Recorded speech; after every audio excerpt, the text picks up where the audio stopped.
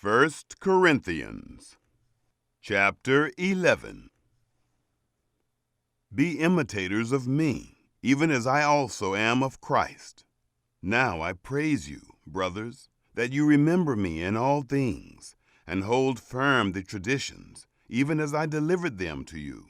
But I would have you know that the head of every man is Christ, and the head of the woman is man, and the head of Christ is God. Every man praying or prophesying, having his head covered, dishonors his head. But every woman praying or prophesying with her head uncovered dishonors her head. For it is one and the same thing as if she were shaved. For if a woman is not covered, let her hair also be cut off. But if it is shameful for a woman to have her hair cut off or be shaved, let her be covered. For a man indeed ought not to have his head covered, because he is the image and glory of God, but the woman is the glory of the man.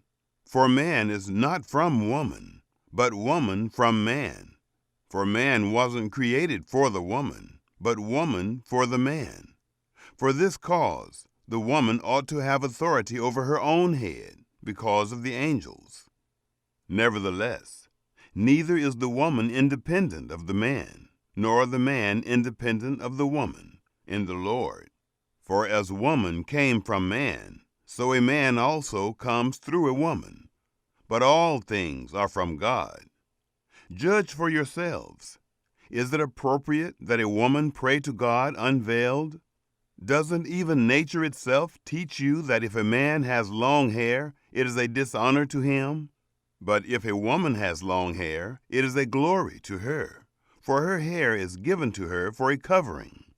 But if any man seems to be contentious, we have no such custom, neither do God's assemblies.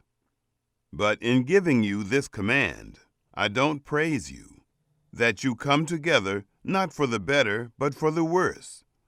For first of all, when you come together in the assembly, I hear that divisions exist among you, and I partly believe it.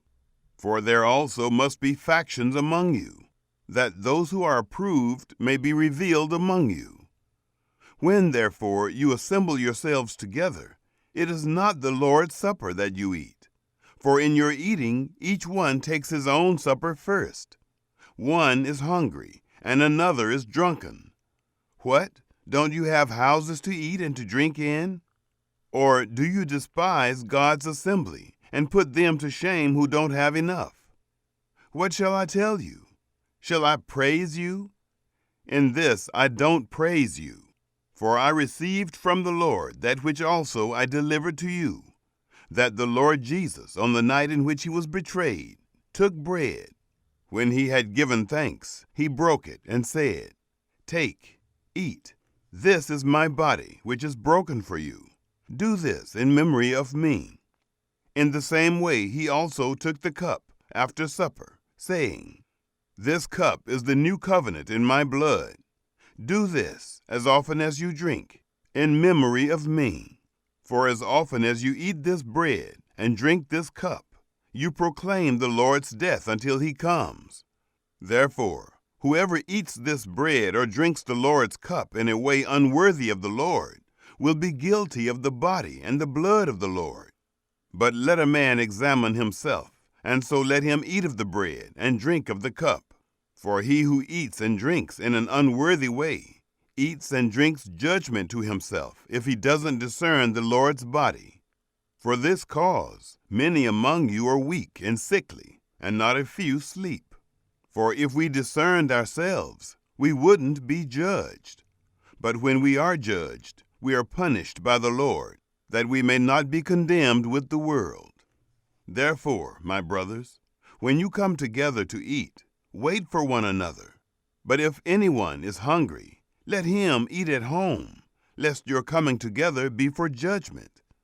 The rest I will set in order whenever I come.